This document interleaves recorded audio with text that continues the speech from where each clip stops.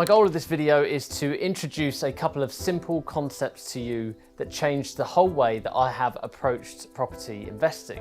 In fact, these simple concepts allowed me to go from just £16,000 in savings, which I spent all on my first buy-to-let property, to then building a small portfolio and a business in the property industry. Many of us property investors have this incredible way of overcomplicating property. We start by thinking about just the good parts, which is, owning multiple properties, making good monthly income, traveling around the world whilst getting paid our rent. You get the picture. And then kind of reality hits us. I'm not sure where to invest. I'm not sure which strategy to use. I don't know if I have enough money to buy all these houses. I don't know any builders. And then we start to stress out, get frustrated, and almost hit a stumbling block. And before we know it, we're back to square one. So I'm using this video to simplify the way that you view property. Now, it does have to be said that before we go any further in this video, we need to have made clear decisions on the following things: what area to invest in, what strategy to use, and what type, size, and price of property to go after. We have to be super clear on these things and on our plan going forward, otherwise this video just simply won't help us. And before I move on to the main part of this video, why do I feel like I have the credentials to stand here and share this information with you? Well, there's three quick reasons I feel like I can do this, okay? Number one is my YouTube channel has always been somewhere to come and share information that I've found out about property with other investors. Number two is that I've spent a lot of time around investors that have large portfolios of 20 plus properties. Quite often they've built those portfolios really quickly. Some of them are friends, and some of those people I have paid to get in front of to absorb that information. And number three is that I have built up my own property portfolio.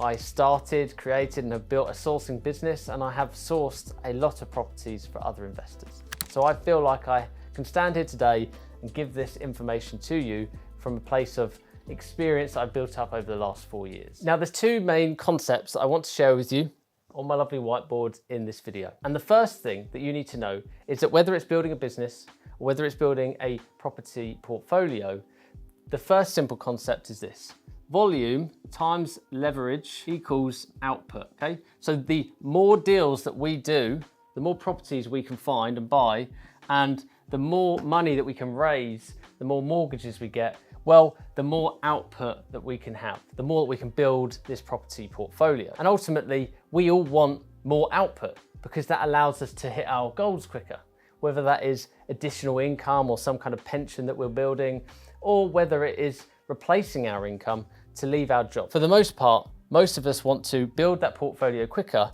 So how do we do that? How do we focus on the output, which is the portfolio building? Well, we find more deals, we raise more money, okay? Let's try not to overcomplicate this too much yet. And in fact, I'm going to share an important 4-step process with you in a minute on this whiteboard that I want you to master and really think about. But if I had to choose the two most important elements of this process and that I would really focus in on, well, it's always going to be the volume of deals and the leverage, okay, the money that I can raise. So if you're ever stuck and you're thinking, how do I grow quicker?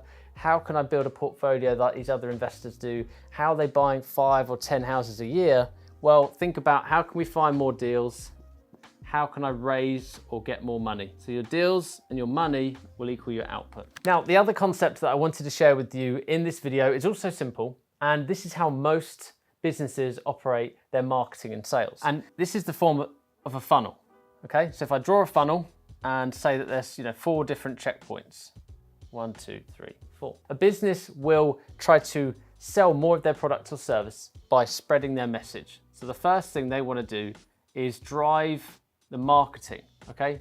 So they might have different types of marketing at the top of their funnel, okay? They want to push a large flow of traffic into their funnel, and then at certain stages, they will then sell their product, obviously generate revenue, deliver that service or product, and then they will obviously take that money into building bigger infrastructure, hiring more staff, and then potentially, repeat the cycle. And that is exactly how a business would do things. Well, in property, it's very similar. All we have to do is simply reframe this funnel. And instead of thinking about marketing and a product and getting revenue, well, let's reframe it. In fact, with property, this section here is no longer marketing. This is the deals. In order to build a portfolio at the bottom, we need to get as many deals or many properties as we can, okay? So what we want in this section is how many deals, because ultimately the investor that can find the most deals and really hone in on the skill of finding good properties below market value, they will win, because this is potentially the hardest part. This is the top of the funnel. We need to try and push as many deals as we can into this funnel as possible. Once we can overcome this hurdle and we get more deals in, well, then the next stage is going to be the finance. And I've already mentioned, when it comes to finance, we might be talking about raising money from other investors, okay? Raising private finance to put towards these deals.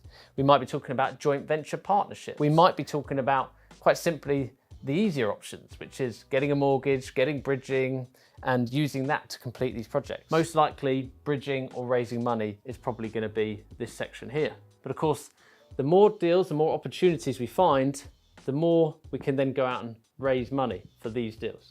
Okay, so that's why it falls to the second part. The third part, of course, is we need to add value. Okay, and that's going to be the part which is obviously through the refurb. So this part is more about finding, sourcing good trades, good builders, being able to manage the refurbishment and add value to the property, and do that in a cost-efficient way that we're not completely blowing the budget. So when we find these deals, we finance these deals, now we need to make sure we actually get these back to market in a perfectly rentable manner and in a good condition, ready to rent, get as much rent as possible. And of course, you guessed it really, this final part is to actually then do the part that's gonna make most benefit to our lives, which is rent and then refinance them. Because of course we wanna rent them and we wanna refinance that money, take it back out, because we need to use that to fuel more deals. And at the bottom here, obviously what we're adding to is our own portfolio. Now for some of you, that will have been slightly obvious. But for many of you, that will have been the simplification and the mindset switch that you needed to take bigger action. And that's exactly what it was for me. I think it was 2020 or 2021, right at the very beginning, when I learned this concept from a mentor that I had at the time. Yes, it was simple, but I was like, hang on a minute, all I need to do is put more time in here and more time in here. These are the two parts that I can really impact. I can find more and better deals.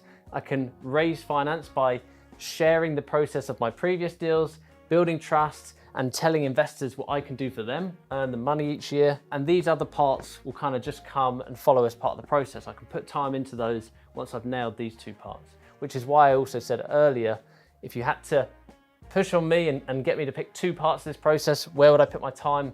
It's always these two parts. But if we can just do these on repeat, then we can build a portfolio much quicker. I hope this was useful to you. I hope you have had a change of mindset watching this. Thank you for watching, and I'll see you next week.